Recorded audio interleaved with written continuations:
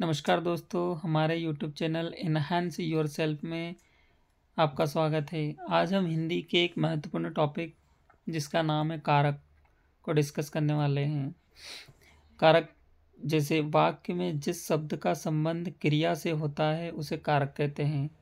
इन्हें विभक्ति या परसर्ग बाद में जुड़ने वाले भी कहा जाता है। ये सामान्यतः स्वतंत्र होते हैं और संज्ञा या सर्वनाम के साथ प्रयुक्त होते हैं। हिंदी में परसर्ग प्रत्ययों के विकसित रूप हैं। हिंदी में 8 कारक माने गए हैं जो निम्न हैं। पहला है कर्ता कारक।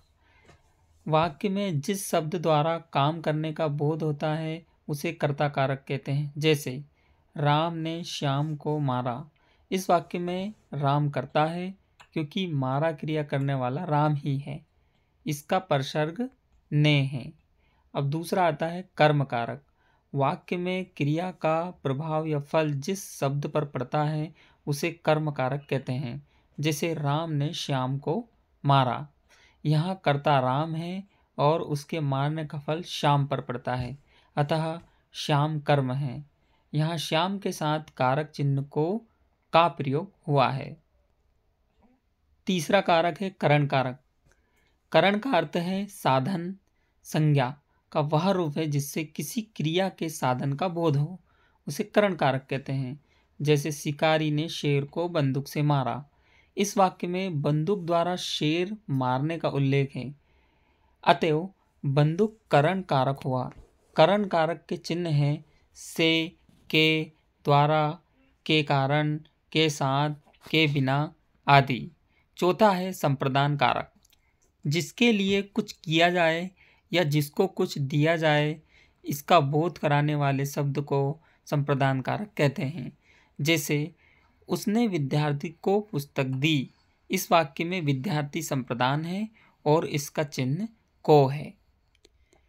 अगला पांचवा कारक है अपादान कारक। वाक्य में जिस स्थान या वस्तु से किसी व्यक्ति या वस्तु की पृथकता अथवा तुलना का बोध होता है वह अपादान कारक होता है। अपादान कारक में से चिन्ह का प्रयोग होता है। जैसे मैं अल्मोड़ा से आया हूँ, मैं जोशी जी से आशुलिपि लिखता हूँ। अगला या छठवां कारक संबंध कारक। संज्ञा या सर्वनाम के जिस रूप से किसी अन्य शब्द के साथ संबंध या लगाव प्रतीत हो उसे संबंध कारक कहते हैं। अनीता सुरेश की बहन है। यहाँ की परसर्ग चिन्ह अनीता और सुरेश के भाई बहन होने के संबंध को प्रकट करता है। संबंध कारक के परसर्ग चिन्ह का, की, के हैं। अगला आता है अधिकरण कारक। संज्ञा या सर्वनाम के जिस रूप से क्रिया का आधार, आश्रय, समय या शर्त सूचित होता है उसे अधिकरण कारक कहते हैं। इसके परसर्ग या कारक चिन्ह में घर है। जैसे उमेश लखनऊ में रहता है, पुस्तक मेज पर रखी है। ये 2 उदाहरण इसके हो गए। अगला कारक आठवां संबोधन कारक है। संज्ञा के जिस रूप से किसी को पुकारने, चेतावनी देने, सावधान करने या संबोधित करने का बोध होता है उसे संबोधन कारक कहते हैं। संबोधन कारक की कोई विभक्ति नहीं होती है। इसे प्रकट करने के लिए हे, अरे, अजी, रे आदि शब्दों का प्रयोग होता है। जैसे हे राम रक्षा करो, अरे मूर्ख संभल जा, ओ लड़को खेलना बंद करो। अब मैं आपको बताने वाला हूँ एक ये टेबल। इस टेबल में बिल्कुल आपको सरल तरीके से कारक याद हो जाएंगे और उनका क्रमवार भी दिया हुआ है, कारक दिए, चिन्ह दिए और उनके अर्थ भी बगल में लिखे हुए हैं। मैं आपको क्रम, कारक और चिन्ह बताने वाला हूँ। जैसे पहला है कर्ता, दूसरा कर्म, तीसरा करण और चौथा संप्रदान, पांचवा अपादान, छठवां संबंध, सातवां अधिकरण, आठवां संबोधन।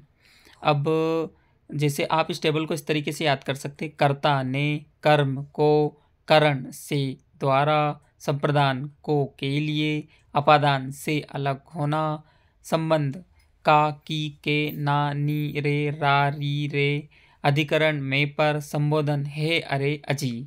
और इनके अर्थ जैसे कर्ता का अर्थ काम, इसमें ने आया है, इसका चिन्ह ने है तो काम कर, इसका अर्थ है काम करने वाला।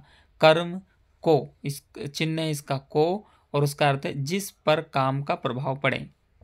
करण इसका चिन्ह है से द्वारा और उसका अर्थ है जिसके द्वारा कर्ता काम करे।